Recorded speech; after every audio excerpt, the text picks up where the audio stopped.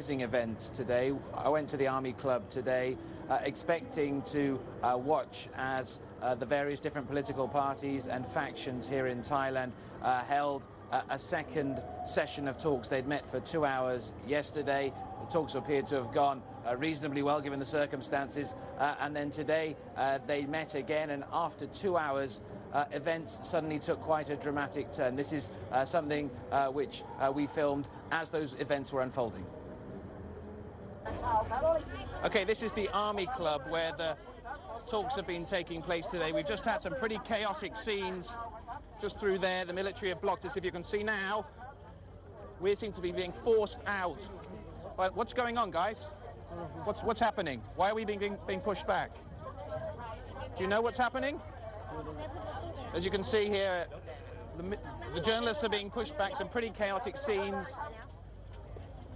Who knows what's happening at the moment? We certainly don't, but the talk among the journalists is this may be a coup, quite possibly. But as you can see here, the military very much on edge. This does not feel like the normal end of talks. Journalists are now being rather kettled and driven out.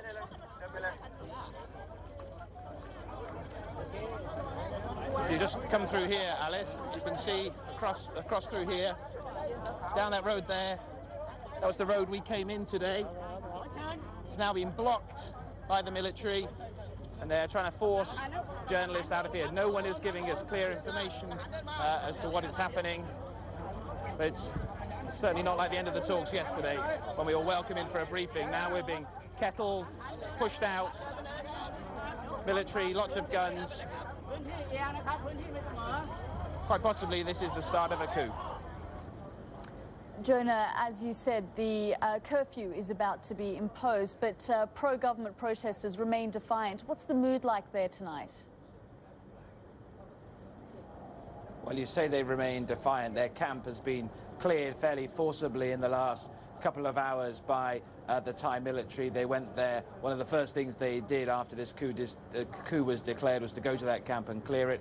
We understand also that the anti-government camp, the PDRC, those are the people who've been demonstrating vocally in Bangkok in the last few months, that their camp is also being packed up to leave rather more politely done there. It seems like the army's laying on 20 buses to help those people to get home tonight before the curfew comes in force. But the military commanders announced the constitution has been scrapped to all intents and purposes, and they've also announced a list of people they want to report to the army.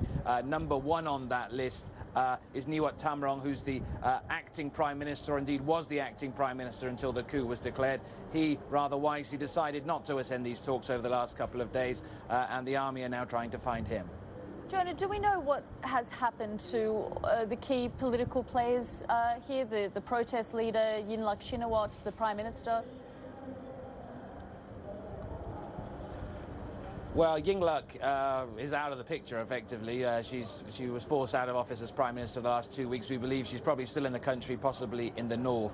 In terms of the protest leaders from both sides and also political leaders, we understand that they are still being detained at military facilities across Bangkok. Both sides have been communicating this evening that they've still not been able to get in touch with their leadership groups. Effectively, if the army had planned this, they couldn't have done it any better. They got all the key players really at the moment in one room, and then it was relatively easy for them to bring in the soldiers and detain them, and then for the General Prayut Chan-o-cha to go on TV and announce that he was now in control.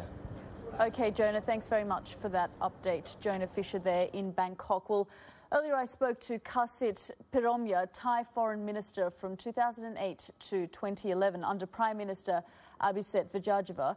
I asked him if he's surprised by the military's actions. Not quite, because I think there has been a call for the military to do something for quite some time.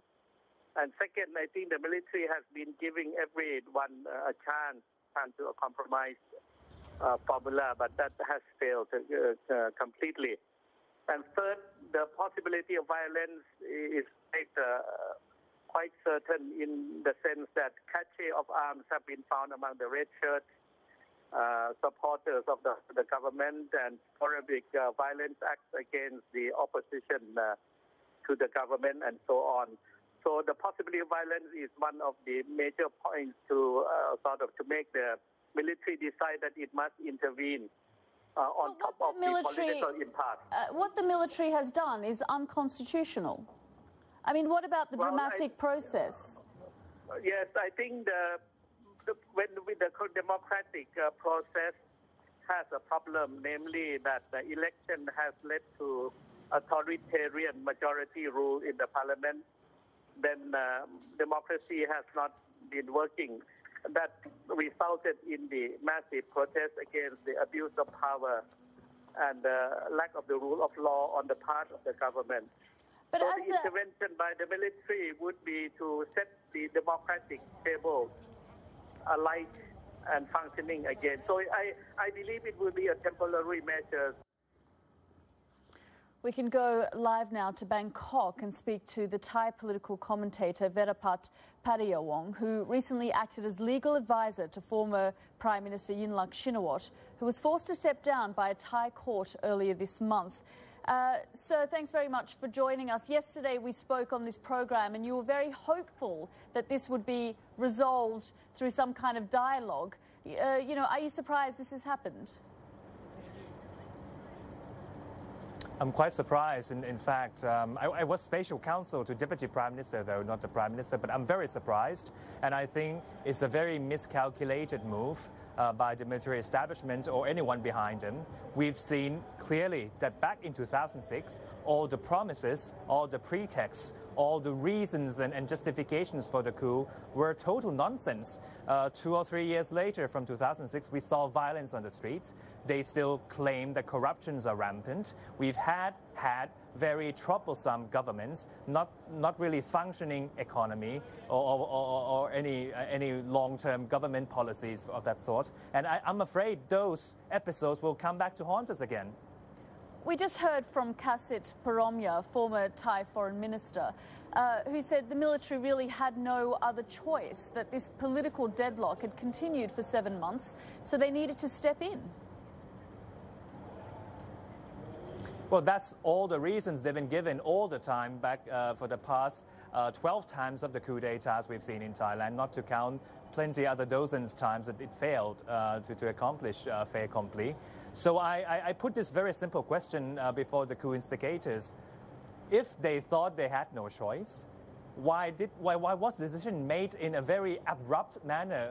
We've seen video clips, we've seen reports from the Thai press and international media that basically the army chief asked the two sides to step up the room, have a talk, come back. He asked a very simple and straight question whether there could be an agreement, whether the cabinet could resign. And when they say, well, we haven't really reached any agreement, he decides to order the soldiers to take hold of those people. So this is basically a stage set to show to the Thai people that, well, perhaps it's the fault of politicians and protest leaders who can't come to an agreement, but it's a pretext. And I think Thai people are smart enough to understand and know that this is just a falsified pretext for a coup. Do you think the protest leaders and the government officials who went to that meeting today had any concerns that this might happen? Of course, the first day they had real concerns. The military is very smart to accommodate them, to show that perhaps this is a sincere move, to show that they are allowed to talk, everything is secure, nobody is going to do anything suspicious. So they bought, the bait was set for the first day. The second day comes, they still allow the press to go around the compound just to ease out the situation. But I have to tell you, I think deep down inside the minds of the coup instigators, the military chiefs, I think deep down inside they thought to themselves that this is a dual-track investment. If they first could come up with a compromise that all sides could agree on, the military would came out as a victor, as a conqueror, as a savior of democracy. They would present themselves that way. So that would be good for them. Or the alternative is, if they couldn't come to an agreement, they would claim that because these people, these politicians couldn't agree among themselves, so the military had to step in. I think this is a falsified a setting of stage for the Thai people, but I'm afraid it's a miscalculated move, and I'm afraid, again, that what we've seen for the past 5 years will come back to haunt us. Do you know where Yingluck Shinawatra is and where the acting Prime Minister is tonight? I don't know, and I wouldn't want to know.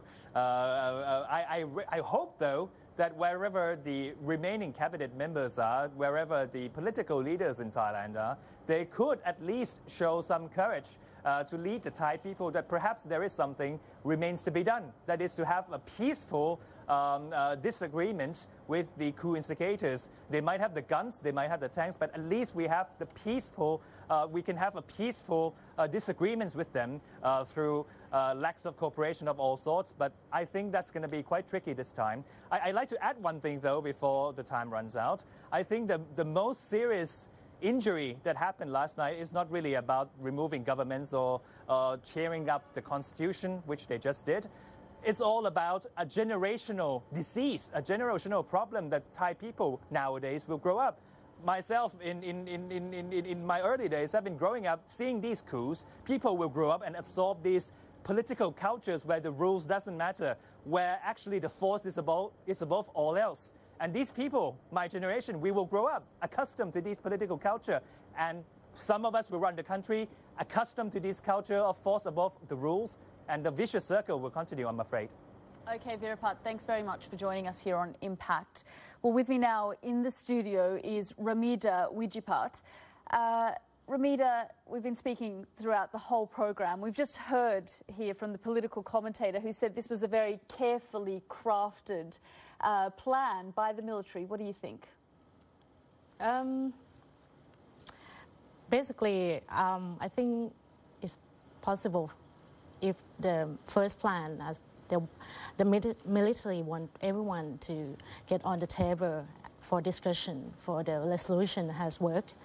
This plan, for Plan B, for about this today coup d'etat, wouldn't have happened.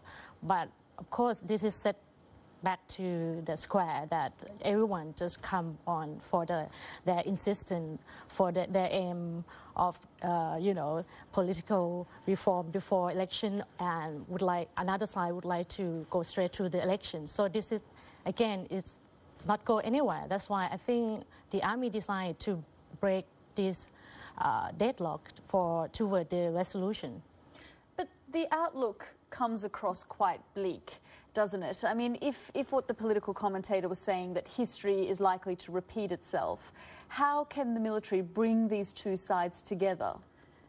Yeah, I think from now on it's very crucial time for the process of the interim government. I think in the very near future,